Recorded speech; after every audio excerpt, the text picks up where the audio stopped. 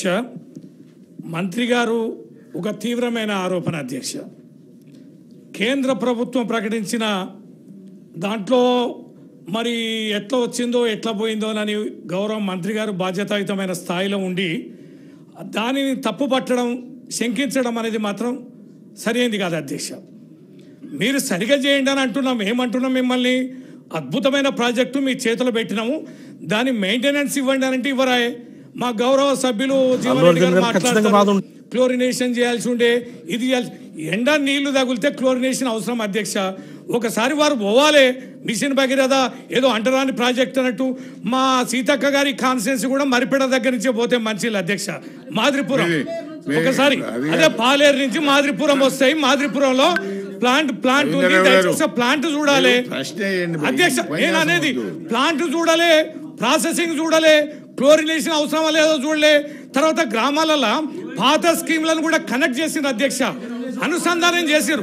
ఆ ట్యాంకులను కానీ పైప్లను కానీ అనుసంధానం చేసారు. ఎందుకు క్రిటిసిజం? ఎందుకు ఆ రకంగా 100% ఇచ్చిందని ప్రపంచం మొత్తం చెప్తుంటే మీరేందో ఇవ్వలేదు, మాకేదో అనుమానం ఉంది. ఎందుకు రవీంద్రరావు గారు ప్లీజ్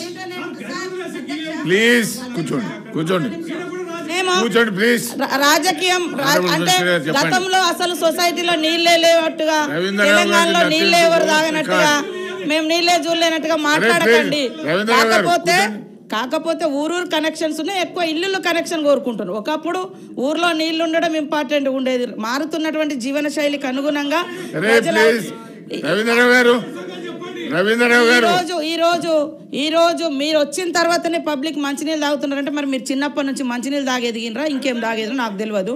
అదే అధికారులు ఉన్నారు, అదే కృపాకర్ రెడ్డి గారు ఉన్నారు. మొన్నటి దాకా ఆమెనే స్మితా సబర్వాల్ గారే ఉండే ఒక 3-6 నెలల దాకా కూడా. మేము అధికారులను కూడా లాస్ట్ ఇయర్ ఎవరిని మార్చలేదు సార్. మా వాళ్ళు ఎప్పటికప్పుడు ఫీల్డ్కి వెళ్ళి విజిట్ చేసి మేము 3 monthsకి ఒకసారి మీటింగ్స్ పెట్టుకొని రివ్యూ చేసుకుంటా ఉన్నాం. కాబట్టి అట్లాంటి గతంలో చాలా గ్యాప్స్ ఉన్నాయి. ఇప్పుడు ములుగుని మీరు ఇచ్చిర్రు, మాకు పాకాల చెరువు దగ్గరున్నా కూడా పాలేరు నుంచి నీళ్ళు ఇచ్చిర్రు.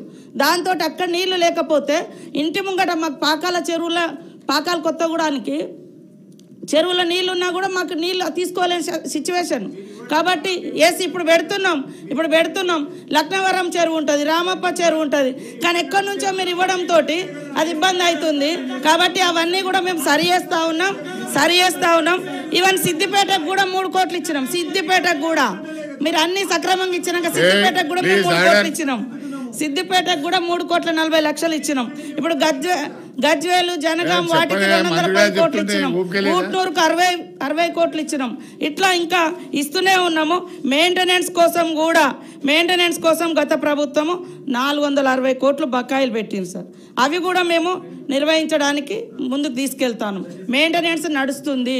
సరే ఎక్కడైనా సడన్గా ఒక పైప్ ఎక్కడైనా తెగిపోవచ్చు, వెంటనే 5 గంటలకు లేచి అధికారులు చూసుకుంటా ఉన్నారు. అదే అధికారులు మీరు పెట్టినటువంటి అధికారులే ఉన్నారు, ఇంకా తీసేయాలి. కృపాకర్ రెడ్డి గారిని అట్లనే ఉంచినాం మేము. ఎందుకంటే మీ గవర్నమెంట్లో ఉన్నాడు, అప్పటి నుంచి ఇప్పటి వరకు ఆయనే ఉన్నాడు. అంటే మీరు అట్లున్నారనే ఇచ్చిరా? మీరు అట్లాంటి వాళ్ళనే పెట్టిరా అంటున్నా. ఏం మాట్లాడతారు సార్? మీరు దాదాపుగా 5-10 years మీరు నడిపించుకొని ఇవాళ మా రంగానే పడమంటే పడుకుంటారు, కూడుకుస్తామని ఇది అన్న మాటలేనా? పద్ధతేనా అది? ఆయన మీరే ఇచ్చారు కదా, మీరు ఇచ్చిన అధికారే ఉన్నాడు, ఆయననే చూస్తూ ఉన్నాడు. కాబట్టి ఎక్కడన్నా నీళ్ళకి రాకుంటే మేము వెంటనే తెల్లారి వెరిఫై చేసుకొని ఆడ ఎందుకు రావట్లేదు ఏందని క్లియర్ చేసుకుంటాను. పెద్దగా ఇబ్బంది లేదు సార్. కాకపోతే ఇంకా కొత్త ప్రాజెక్టులను తీసుకురాబోతున్నాం. లాంగ్ నుంచి ఇప్పుడు ఎక్కడి నుంచో దూరం నుంచి కాకుండా లోకల్ సిస్టాన్ని కూడా డెవలప్ చేసుకొని అక్కడికక్కడ సిస్టాన్ని అదే కనెక్టివిటీ అంటే ఇవ్వడం కోసం కూడా మేము ప్రణాళిక చేసుకోవడం జరిగింది.